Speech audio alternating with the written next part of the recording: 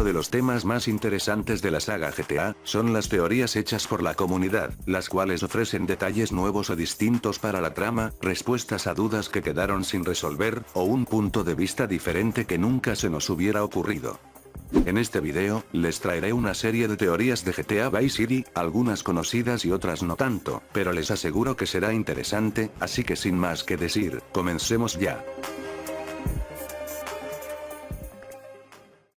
El cazarrecompensas. Un tema bastante desconocido en la trama de Vice City, son algunas llamadas que recibimos a lo largo de esta, las cuales sirven para el desarrollo de personajes, ofertas de trabajo, o consejos para el gameplay, pero también hay unas pocas que son algo llamativas. Una de ellas es dada por Kent Paul, en un punto avanzado del juego, donde nos dice que por nuestras acciones en la ciudad últimamente, le han puesto precio a nuestra cabeza.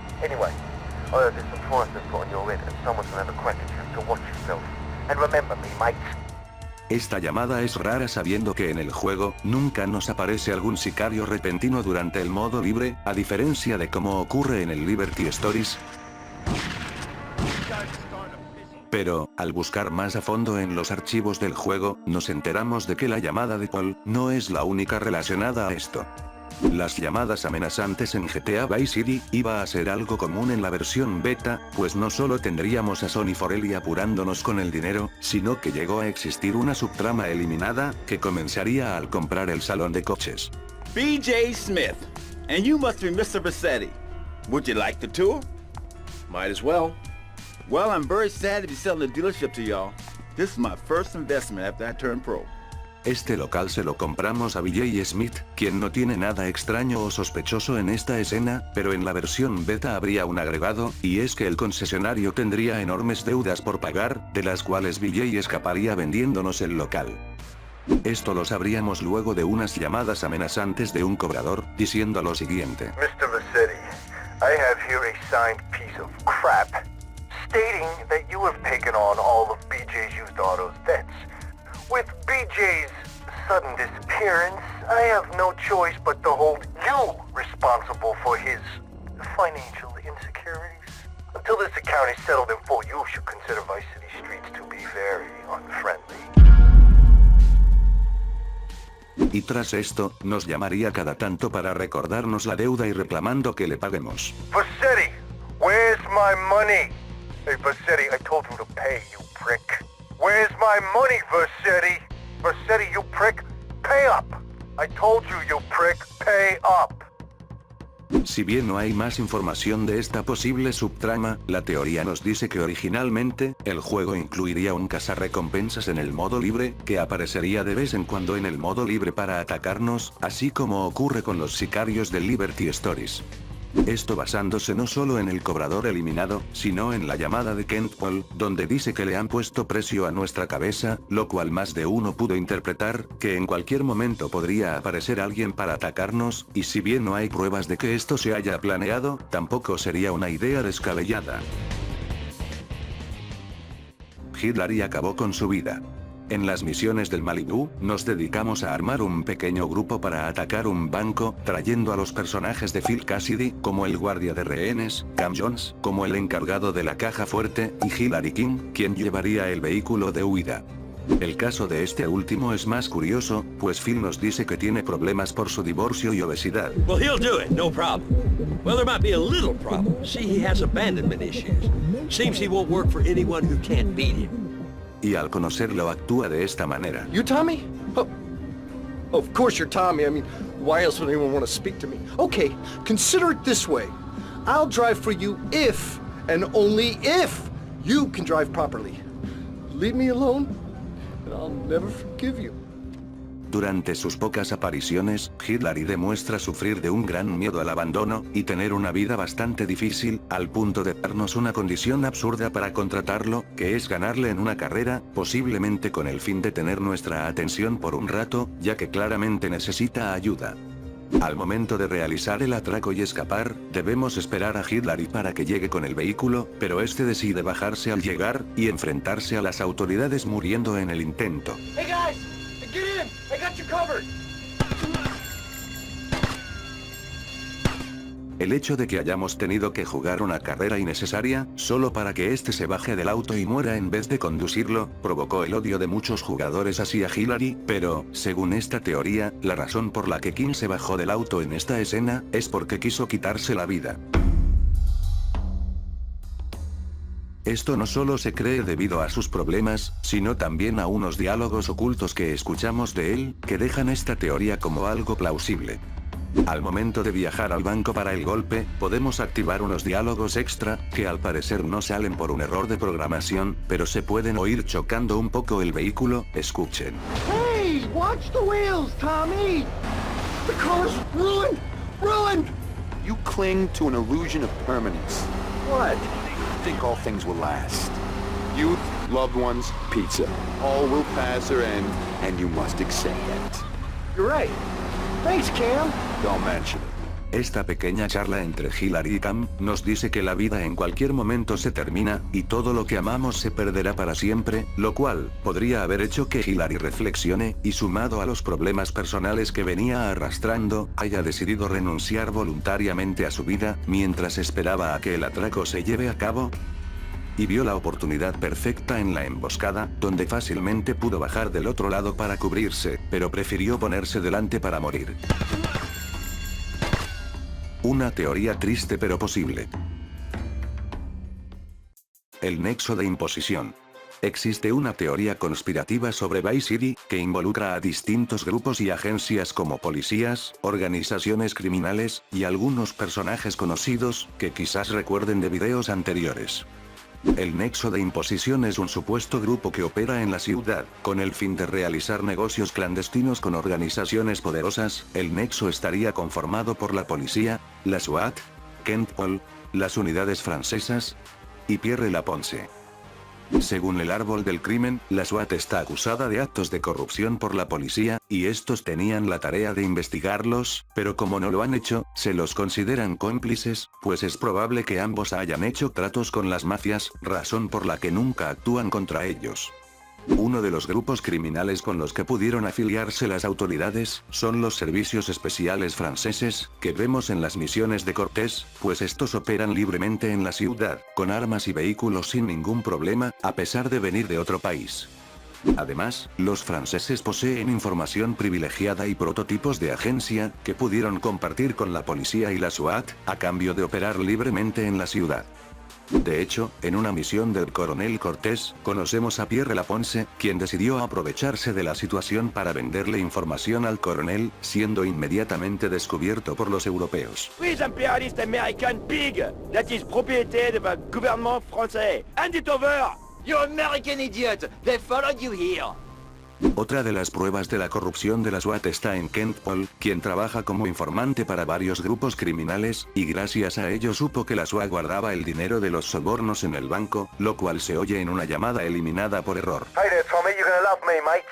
A little birdie told me that Vice City SWAT division has a deposit box at a certain rather large banking establishment, where they keep all the bribes they've taken over the years, like some kind of old boys' retirement fund. Of course, if this information should ever help you acquire any of that cash, I guess you'd feel obliged to push some of it my way. I'll bear that in mind. Thanks, Kent. It's Paul. I'm from Kent, near London, you prats. Whatever you say, Kent. Y claro, si Kentpol trabaja para grupos criminales, de alguna forma tuvo que enterarse por ellos de dicha información de la SWAT, por lo que no sería de extrañar que exista un nexo entre las autoridades y el crimen organizado. Es una teoría interesante y compleja, que fácilmente podría funcionar en la historia del juego. Steve Scott es Lionel Starkweather. Existen varias teorías que conectan a la saga GTA, con las dos entregas de Manhunt, cuyas historias supuestamente se basan en los 2000, y una de las más interesantes, es la que conecta al director Steve Scott, con el principal antagonista de Manhunt, Lionel Starkweather. Ambos personajes son directores de cine, con ideas algo exageradas salvando la distancia, y tienen un leve parecido físico, algo que hizo dudar a más de uno. Según esta teoría, luego de que Scott trabaje con Tommy Vercetti, quien ejercía la violencia para llevar a cabo sus películas, el director pudo interesarse en este tema con el tiempo, e ir desarrollando un estudio alterno, ubicado en Carcer City. Con el dinero obtenido de sus anteriores obras, pudo meterse en el cine del gore con un nombre falso, que sería el que vemos en Manhunt, y comenzar con la historia que ya conocemos, y si tenemos en cuenta los años que han pasado en el medio, su cambio físico estaría bien justificado. Una de las mejores pruebas de esto, está en el diseño original de Stevie Scott, que como ven, es mucho más parecido al skin de Starweather, lo cual conecta bastante bien a ambos personajes, como si realmente fueran el mismo. Sin embargo, las similitudes entre estos tiene una explicación, y es que ambos fueron inspirados en Stanley Kubrick, tanto en su físico como en la personalidad, y más allá de esto, no hay pruebas directas de que ambos personajes sean el mismo. La traición del coronel Cortés. Como sabemos, la historia del juego comienza con un trato entre los Forelli y los hermanos Vance, pero este es saboteado por unos sicarios, quienes matan a Victor junto a 2 miembros de los Forelli.